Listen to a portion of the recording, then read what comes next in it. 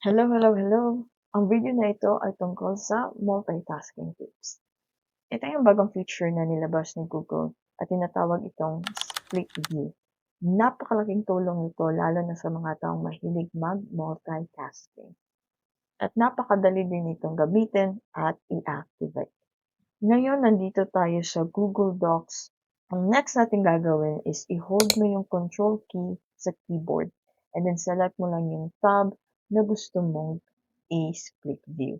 After that, right-click ka sa mouse and then click mo tong Add Tab to New Split View. At meron ka ng split view. Pwede mo ring ma-adjust yung size. So, kung gusto mong mas malaki yung nasa right, ganyan mo lang. Kung gusto mong mas malaki yung nasa left, i-move mo lang. Kaya sinasabi ko kanina na malaking tulong siya sa mga mahilig mag-multitasking dahil halimbawa dito ako naghahanap ako ng idea ng yung mga idea about sa paggawa ng video, birthday digital video invitation.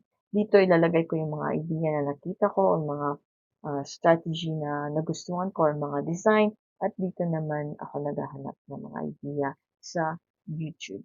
Paano natin 'to ibalik sa normal view? Click mo lang 'tong icon na ito and then click separate views. Pwede mong ma-turn on yung icon ng split view.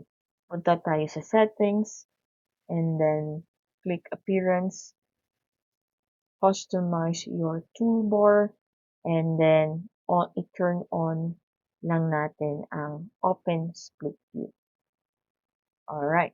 So ngayon, nakikita mo na yung icon ng split view. So, halimbawa, nandito pa rin tayo sa Google Docs. Click ko lang ito. And then, meron akong choices dito. Ito yung mga tabs na currently open sa browser ko. So, gusto ko tong birthday invitation card.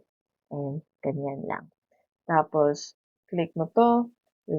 Pwede mo rin pala siyang i-reverse view. Wait, di ba madali lang gamitin ang split view?